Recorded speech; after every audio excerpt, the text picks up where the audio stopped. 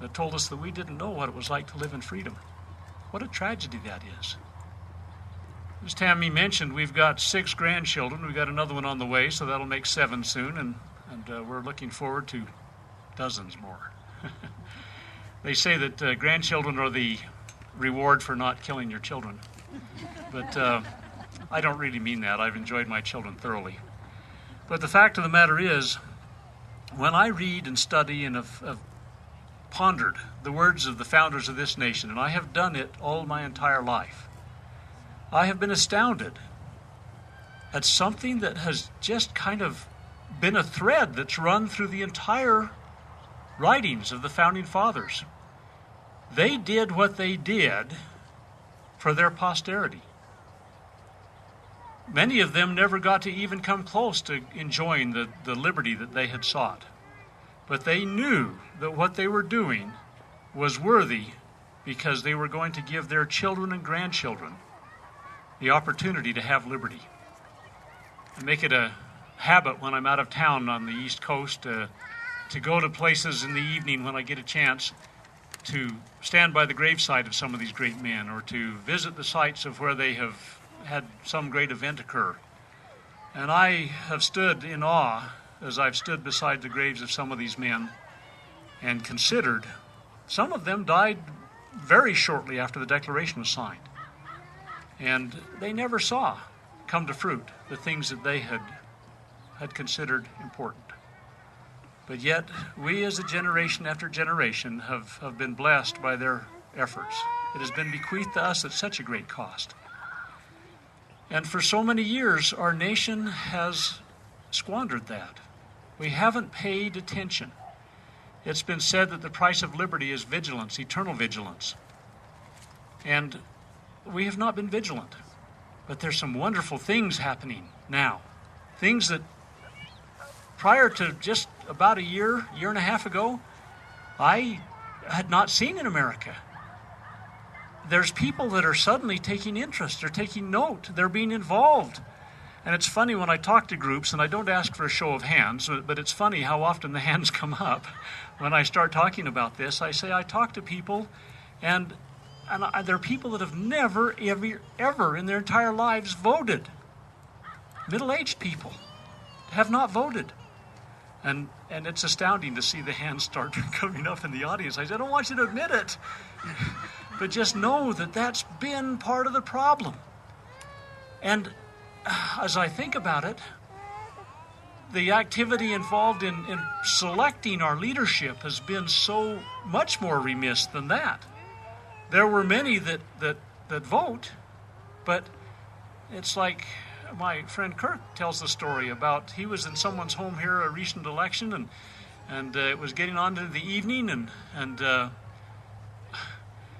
one of the young men that was of voting age came in the home, and his mother says to him, have you voted yet today? And he says, no, I haven't. And she says, well, you better get down there and vote.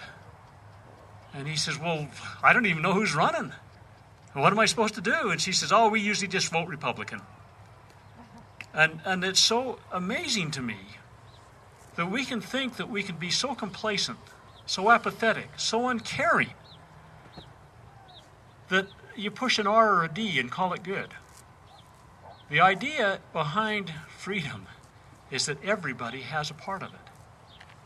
See, the only way we'll keep it is if we, the people, insist that those that hold office abide by an oath of office that they take.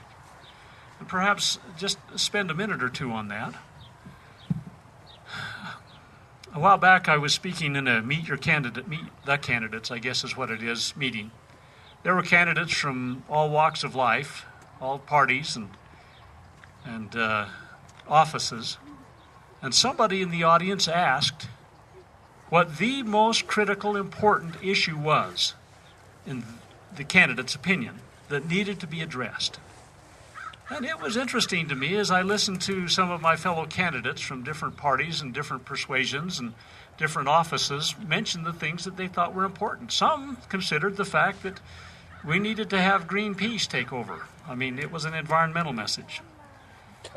Cap and trade. We could talk at length about that if you wanted. Others were really hot about the Second Amendment. or abortion or debt. There was just a whole list of things that came across. And as I sat and gave consideration to that, I thought that there was one issue that was completely overarching all of them.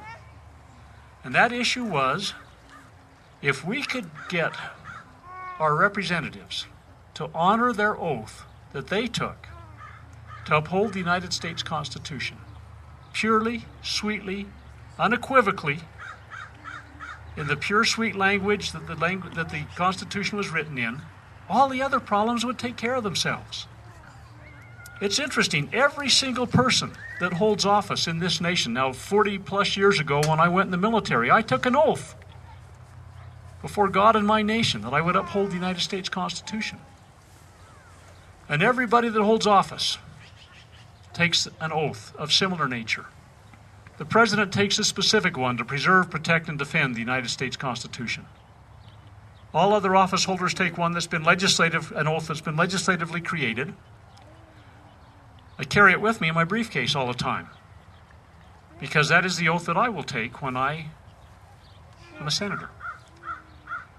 Well, how important is it? How important is an oath? Isn't an oath a sacred thing? You know, the oath actually says, "So help me God," at the end of it. The President's doesn't in Article 2 of the Constitution, but George Washington set the standard when he took that oath. He ended with, "So help me God." He brought God into the equation. He was asking for God's assistance in the fulfillment of his responsibility that he felt so heavily. Well, in the oath that currently is necessary for us to take, it ends. It has been legislatively created. It says, "So help me God" in it. So you take an oath before God and the entire nation that you will uphold the Constitution if you hold office. Now, there's other places we take oaths. And sometimes when I talk about this, I say, okay, how many here are married, or how many plan to be married, or have been married? And that brings just about everybody into the picture.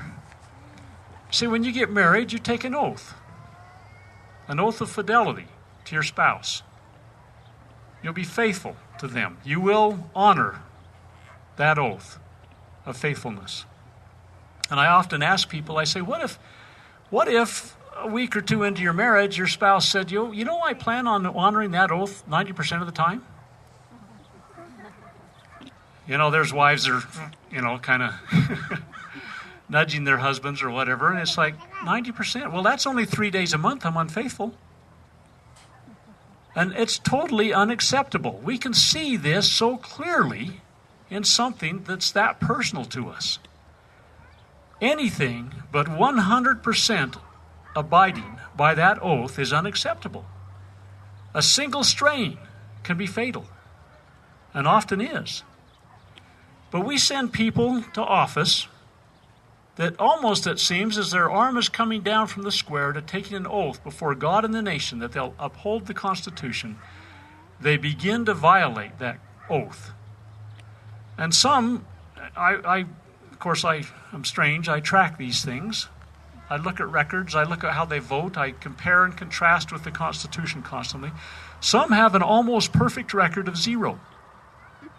Occasionally they make a mistake and vote in favor of the proper principle. So they may be down in the 5 to 10% range.